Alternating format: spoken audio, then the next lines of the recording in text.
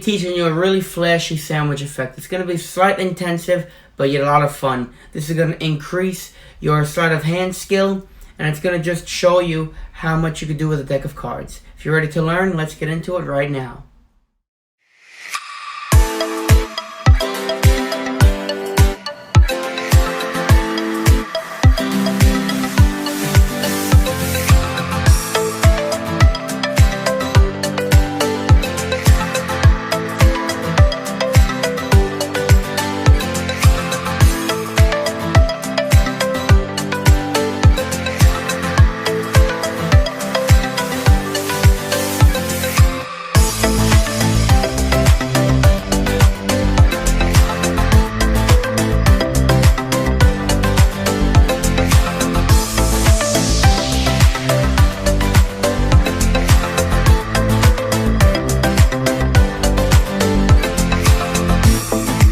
So that was the performance. Hopefully you liked it.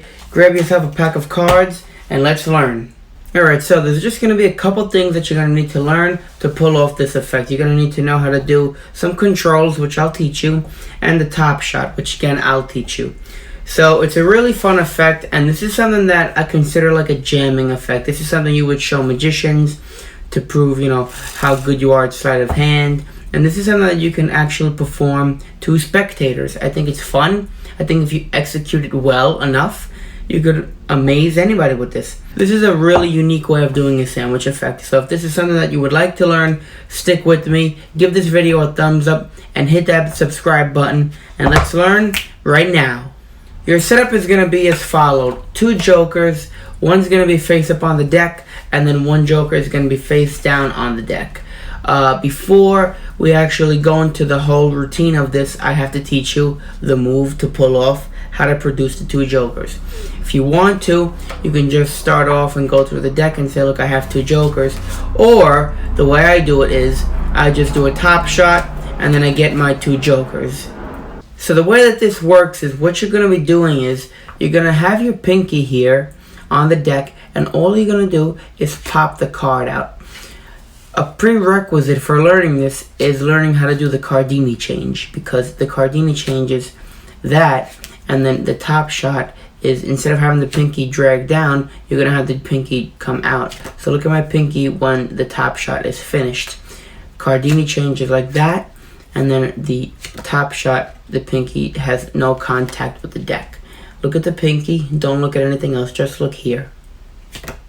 The pinky gets off of the corner of the deck.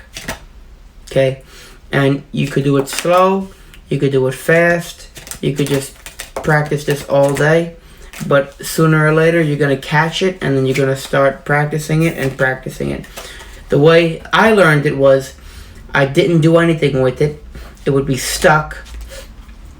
Every 6 times it would be stuck. 1 time I would catch it. Then I finished making the card get stuck, and then I started catching it. Then I started missing it, and then I overshot it.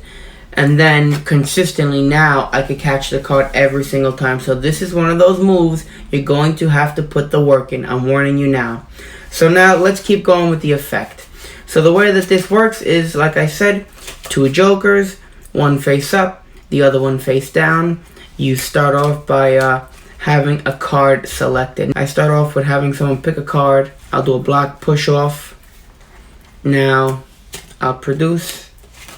I set the jokers down. Now what I do is I'll show the card around, and I'm gonna control these 2 cards within the deck.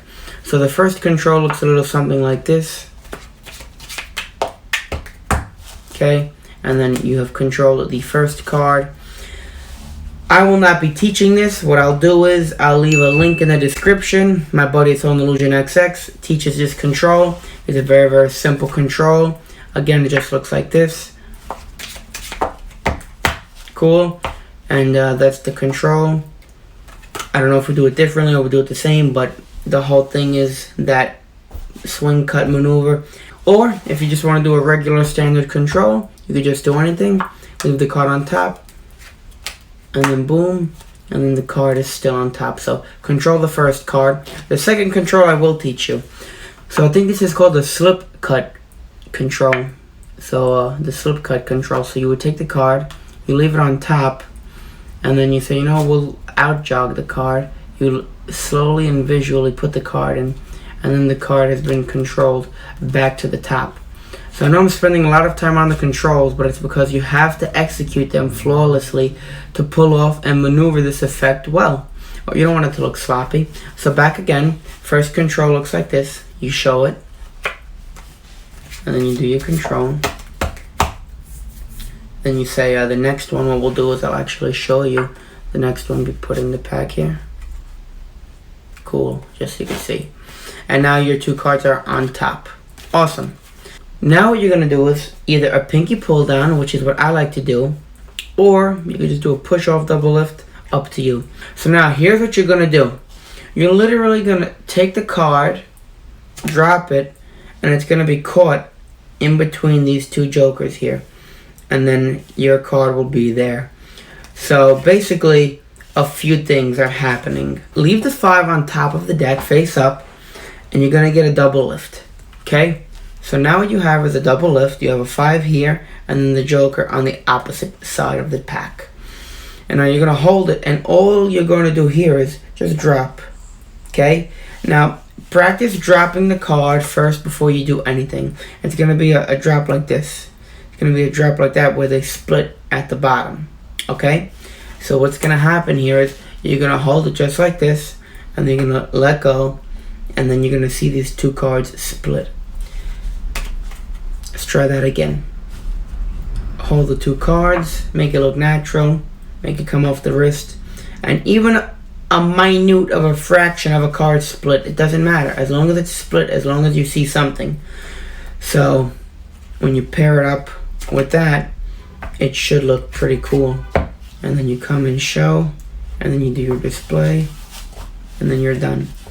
So one more time, and then that will be it. Let me just show you guys everything.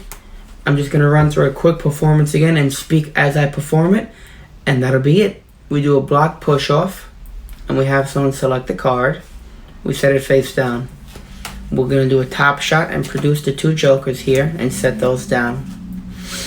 We're going to talk about the card and talk about sandwiching. This could even be a second phase effect. You could just have the card controlled, then have the jokers find the card, then go into this.